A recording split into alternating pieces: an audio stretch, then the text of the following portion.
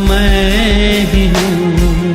यीशु ने कहा, जीवन की रोटी, जीवन की रोटी मैं ही हूँ।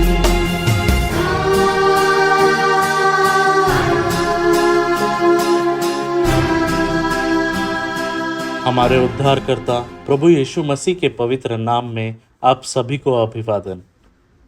पवित्र शास्त्र बाइबल की पुस्तक में मरकुस के सुसमाचार के 15वें अध्याय के 38वें वचन में लिखा है, तब मंदिर के पवित्र स्थान का पर्दा ऊपर से नीचे तक फट गया।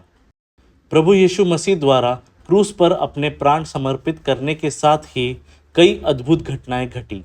उनमें से सबसे प्रमुख घटना उस दिव्य पर्दे का फटना था, जो पवित्र स्थल और परम पवित्र स्थान के बीच था। विशेषज्ञ कहते हैं कि वह पर्दा बहुत भव्य था। इसकी लंबाई 60 फीट और ऊंचाई 30 फीट तक की थी और उसकी मोटाई काफ़ी घनी थी। एक या दो मनुष्य द्वारा उसे एक तरफ से दूसरी तरफ ढकेलना भी काफ़ी कठिन था और बीच से फाड़ना तो लगभग असंभव। साथ ही वह पर्दा ऊपर से नीचे तक फटा था, यानी यह मनुष्य की नहीं बल्कि परमेश्वर की योजना थी।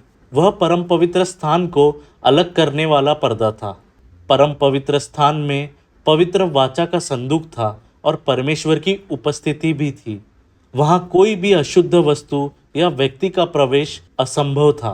प्रमुख याजक ही साल में एक बार भय और कांपते हुए परम पवित्र स्थान में जाकर सेवा करते थे। यदि उनमें कोई अशुद्धता होती तो अंदर जाकर उनकी तुरंत मृत्यु हो जाती। इसलिए वहाँ जाते समय वह अपने लिए अर्पण का यज्ञ करते, अपने आप को शुद्ध और पवित्र रखकर परम पवित्र स्थान में प्रवेश करते थे।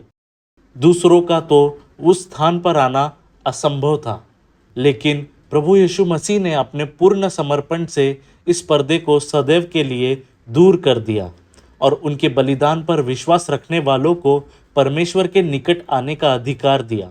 इब्रानियों की पत्री में लिखा है, इसलिए भाइयों, उसने उस पर्दे यानी अपने शरीर से एक नया और जीवन से परिपूर्ण मार्ग स्थापित किया, जिसके माध्यम से हम यीशु के खून से परम पवित्र स्थान में प्रवेश कर सकते हैं। सच्चे अर्थ में जिसने अपने समर्पण से उस पर्दे को फाड़कर हमें परमेश्वर के निकट आने के योग्य बनाया, वह कितना विश्वसनीय याजक है। क्या आप भी प्रभु यीशु मसीह पर विश्वास करके उद्धार प्राप्त करना और परमेश्वर के घर में धैर्यपूर्वक प्रवेश करना नहीं चाहते? इन बातों को समझने में और उसे स्वीकार करने में परमेश्वर आपकी सहायता करें। धन्यवाद। जीवन की रोटी